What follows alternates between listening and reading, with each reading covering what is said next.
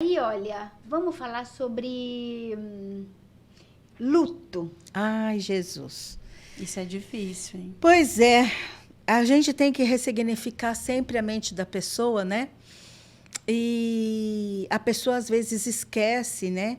Que aquele momento é um momento muito triste, mas que ela, no momento de transe total, de choro, de convulsão, ela vai se dizendo: a vida acabou, minha vida não existe mais, para mim Ela não vai tem mais. se hipnotizando, então. Ela vai. Eu não vivo mais sem essa pessoa, nada para mim faz sentido. Né? Então, ela entra naquele transe, naquela situação, e dando todas essas orientações à sua mente. Aquele luto fica constante. Né? Constante. Então, aquele ser, a gente deve realmente se despedir. Eu acho que as despedidas na vida, elas têm que ser feitas. Mas a gente tem que se lembrar que a gente tem uma vida para se viver e que certos momentos que a gente se coloca, não vou viver mais, a vida para mim acabou, não tem mais sentido, não tem mais nada que eu possa fazer, é uma ordem. Né? Aí, às vezes, vem sempre aquelas fofas, né? que é o exemplo que eu vou dar, que essa fofa, eu até tenho saudades dela, que ela é tão fofa, mas tão fofa que eu queria que ela me procurasse de novo, de tantas saudades que eu tenho, que viveu 50 anos com o seu marido e veio o luto, né? E como é que ela vai voltar a ter uma vida normal, sendo que ela viveu 50 anos naquela vida com aquela pessoa? E é uma história, é uma realidade, é um fato, é uma solução. Aí eu fui conversando com ela, eu preciso tentar entender como eu vou tirar ela daquele luto. Ela está no luto, ela não quer mais viver, ela emagreceu, ela perdeu a vontade de vida, ela não comia, ela ela fala E não tem filho, não tem neto que faça a pessoa voltar. Não tem. Aí eu falava com ela, falava, e ela me disse que ela cantava no coro da igreja. Eu disse: mas por que você não vai mais cantar? O canto é tão lindo, é tão divino, eu somente adoraria tanto você dar esse alívio desse luto nesse canto. É verdade. Ah, porque eu entro na igreja e todo mundo vem me falar sobre o luto, sobre a morte, sobre como que eu estou passando, o que eu estou fazendo. E eu não quero mais ouvir as pessoas me conversar sobre isso. Eu quero ficar quieta no meu canto. Eu não quero mais falar sobre a minha dor. Ah, tá bom. Então, vamos fazer o seguinte. Eu não quero saber da sua dor, eu quero ver você bem. Que música você cantava na igreja? Ah, tal coisa tal. Vamos cantar aqui? Aqui? Aqui. Qual que é o problema de cantar aqui? Vamos cantar aqui, né? Vamos. Então tá, ponho lá, para isso que eu tenho as coisas, né? Então vou lá, procuro no YouTube a música, coisa e tal, coloco na caixa de som, tenho o microfone. Ai, vamos cantar. Daqui a pouco eu vejo ela, né? Começando bem quietinha, assim, bem baixinho com o seu canto. Daqui a pouco ela tá cantando com os braços abertos, olhando para o ventilador que está em cima dela, parecendo assim que tem um público e ela se apresentando. Acabou o luto.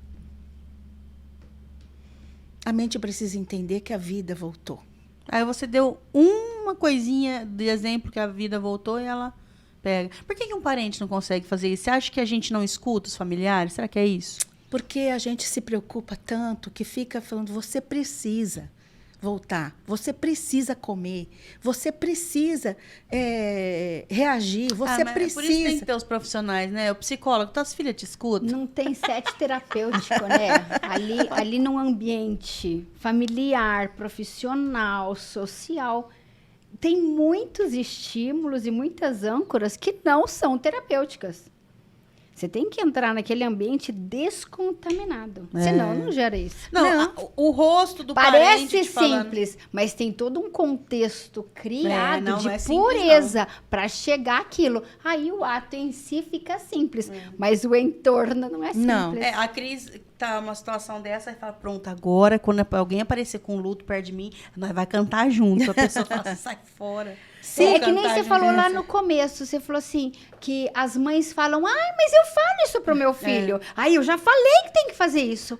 Falou, mas não pegou. Não pegou. Não estava no território certo. Ela estava com Inclusive- outras coisas na cabeça. Tem conteúdo, contexto, timing. Se não respeitar isso, não tem terapia. Cris, no Inclusive, caso até a do- mensagem que eu recebi dela depois de volta, né, da filha, que me mandou a mensagem, ela falou assim: você perdeu a mão da mamãe. A mamãe não para mais em casa, só viaja, só vai ver fulano, ciclano, não sei o quê. Eu falei assim, não perdi a mão da mamãe. A mamãe voltou a viver. Né? Então, é assim, a vida. E a filha não participou da sessão com você. Não, Não. pode, né? É, Porque sabe o senão que é? Não é? Acaba criando uma resistência, né? Eu continuo no luto aqui, ela tá ali, ó. É. Aí tira a filha do cenário. O que acontece é justamente isso. A gente tem que ter um momento de privacidade, de não ser julgado, sabe? Assim, de não ficar olhando aquilo como se fosse uma bobagem. Eu estudei muito para isso. Eu só tenho que ter uma oportunidade de aceite. Ela aceitou cantar. Entendeu? Ela aceitou. Eu só estava buscando de que jeito que eu trazia ela de volta. Você cantou junto, você dançou, Cris? Nossa, mas foi tão legal, gente. Né? Imagina essas duas. Né? Foi tão legal, é tão bom, né? Cantar e cantar músicas tão lindas. libertador, É né? libertador, foi tudo tão bom. Quando ela chegou para buscar, ela falou assim: nossa, o que você fez com a mamãe? Eu falei: O olhar já tá né? diferente. Já tá. Você nem imagina. E não adianta você querer fazer com ela, porque a mágica acontece aqui, ó. É o despertar, é o permitir, sabe? Assim, olhar sem julgamento, é a dor. Poderia ter conseguido lá mesmo no coral? Poderia. Mas, às vezes, as pessoas, elas querem ser solícitas, né? Fazendo várias perguntas para uma pessoa que está com dor, que a pessoa prefere, então, não ir, para que aquela dor não fique toda hora importuno, né? sendo lembrada, né? Ela se sentiu mais confortável de não ir para a igreja, para ficar quieta em casa para ver se aquela dor passava, né? Mas não passa. E se for ver, não tem muita defesa disso, porque tudo vai lembrar a dor num determinado momento e não tem como não ser assim. Porque ela desabafou com algumas amigas. Ela entra num ambiente que ela ia antes, quando o marido estava, e depois, quando ele não estava mais, ela transporta, né, no semblante, no campo energético dela, uma diferença. Aí as pessoas vão reagir ao que ela apresenta. Sim. E aí ela não gosta de como as pessoas reagem ao que ela mesma apresentou. Como é que faz? Não, mas é muito difícil É uma porque... dinâmica muito diferente. Se não quebrar num lugar neutro, isso. não funciona. Ela não funciona. consegue isso sair mesmo, disso. um lugar neutro. Quebrou num lugar neutro, foi lá, agora eu tenho condições de me apresentar diferente. As pessoas vão reagir diferente. Ó, Sim. porque, sabe, eu me coloquei no lugar de amigo. Se você não pergunta, é que você é muito insensível também. Sim. Pois é. Se você pergunta de um jeito assim, você tocou a ferida demais. É que nem difícil, história de cara. mãe. Ai, mas a mãe fala, mas eu já falei pro meu filho não fazer isso. Eu já falei pra fazer aquilo. Não, Mas não você é adianta. mãe. É. Mãe tá educando, condenando, brigando, punindo, transportando, fazendo um monte de outra coisa. O terapeuta não. Tem coisa que não Tem a é pra energia, mãe falar. é verdade. O teu papel é ser mãe. Agora, Exato. você quer ser terapeuta do seu filho? Teu filho fica órfão de mãe? Sim. Quer dizer, fica no teu papel de mãe e deixa o terapeuta fazer o papel dele. E tá tudo bem. Tá tudo É certo. isso mesmo. Né? Se defendeu aí, hein, Carla? Claro, filha. Que é empregabilidade.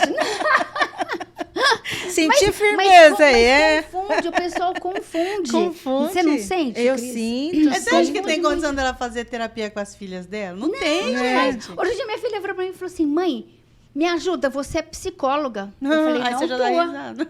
Não tua. Tu, eu sou mãe, eu posso te ajudar como mãe. O que você tá precisando? Vamos ver se sou eu que vou te ajudar. Senão a gente manda pra uma psicóloga. Sim. Porque senão, ela, a hora que eu tô educando, ela, você não pode fazer isso comigo, você é psicóloga. Eu sou psicóloga lá no meu consultório. Aqui eu sou tua mãe e você me respeita, senão eu te dou uns tapas ainda. Corta. Já são grandes marcas. A Batgirl, você tá cheia de Batgirl. Ela tá incorporada. Essa Estela, ela tinha que soltar, né? Língua. Hoje ela veio, pronta. Então vamos para a próxima. Tem próxima? Tem pergunta aí, Bruna? Não chegou mais pergunta, não. A Kika só fez um comentário. Ela disse que No nosso caso, não existe causa aparente para dependência química, há algo secreto. É, por isso que o secreto está no inconsciente, Kika. E é aí que nós vamos buscar a cura. O inconsciente guardou, mas a gente tem como pegar. Que legal. Né? Você não tem medo de enfrentar que nem é difícil, né, Cris? Não. Os difíceis. Chegou, olha. Mas o caso é muito complicado, ela manda. Ô, Kika, palestrinha de família não, né, meu amor? porque isso daqui é uma piada. Porque minhas filhas, eu começo a falar muito. É bem aí assim. Ela assim, mãe, você vai fazer palestrinha? Eu fico louca com isso. Ai, agora que... Ai, Carla, não deixa minha filha ouvir isso. Não, e E você a gente acredita fica- que... Filho fala que mãe, educando, chama palestrinha. Ai, eu fico doida. Não, eu tenho esse autocontrole meu. Eu não falo muito em casa. Todo mundo acha que eu falo pra caramba, né? Eu não falo. Porque eu sei que... Eu vi no olho da minha filha um dia, hoje ela tem 14. Ela tinha uns 12. Eu vi quando ela desligou o botão, parou de me ouvir. Eu vi. É como se ela tivesse um on e off aqui.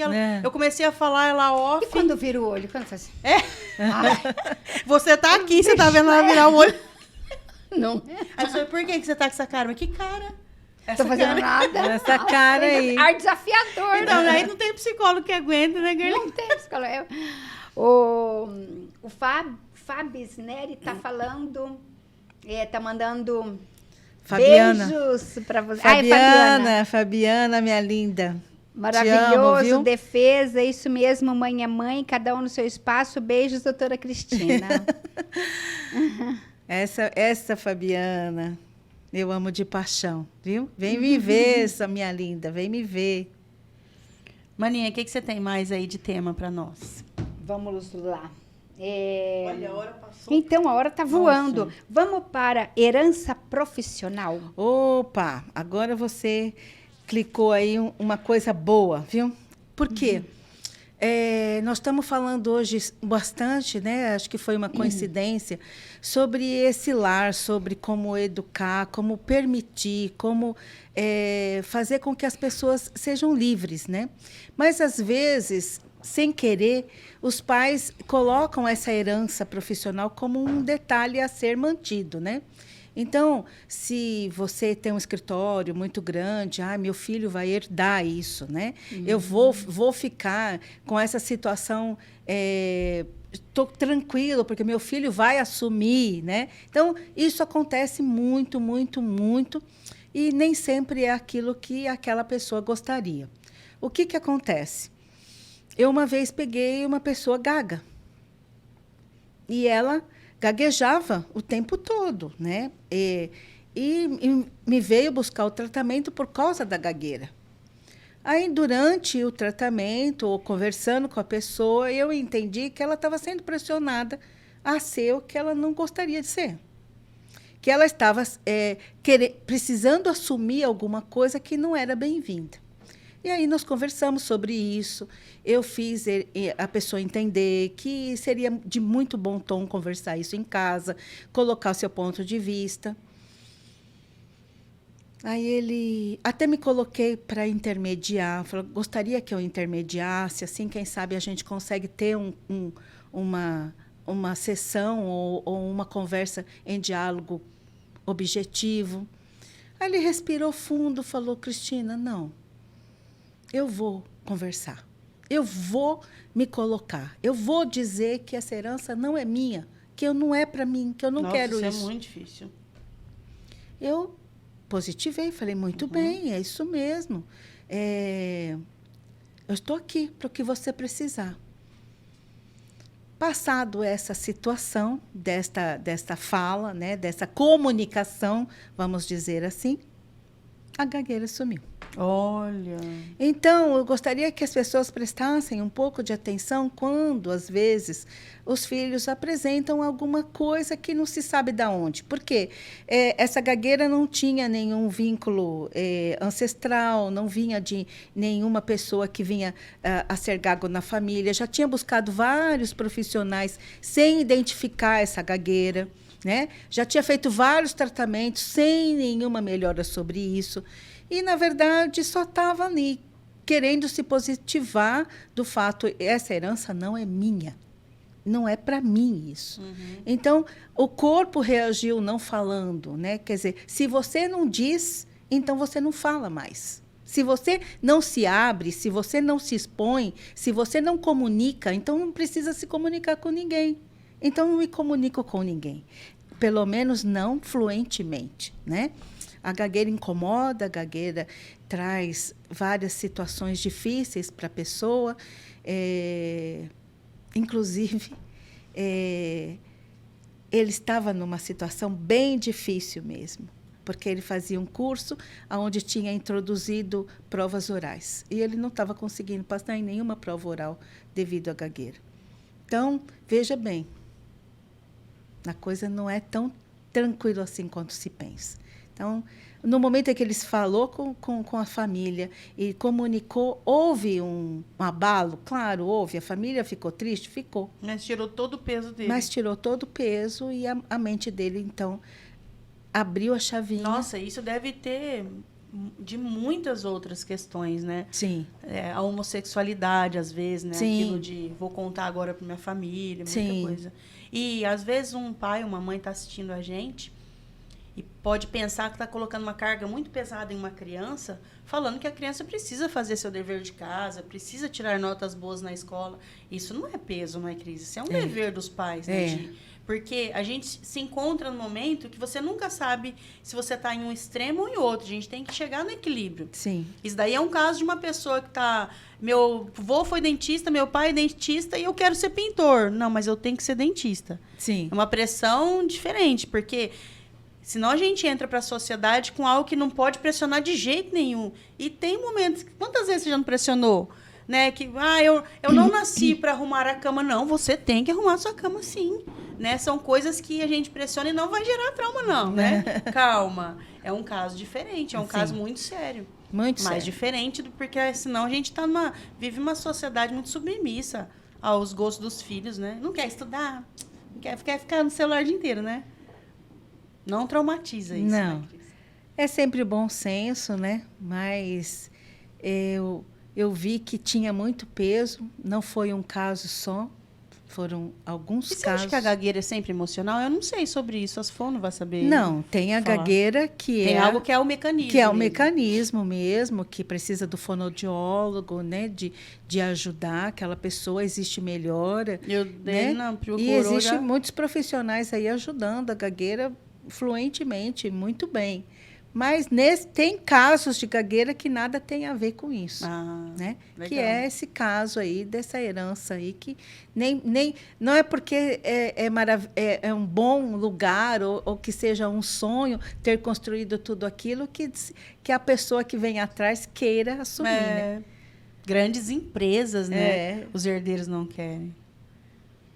E aí fica a dica, né? Vamos ouvir, vamos conversar, vamos nos comunicar, né? Não vamos passar ideias aí, ideologias. Olha, você tem uma empresa para cuidar, né? Porque, na verdade, a pessoa só quer cuidar da vida, né? Só quer cuidar da forma do que ela entende. A aptidão dela é totalmente diferente daquilo, né? Totalmente diferente.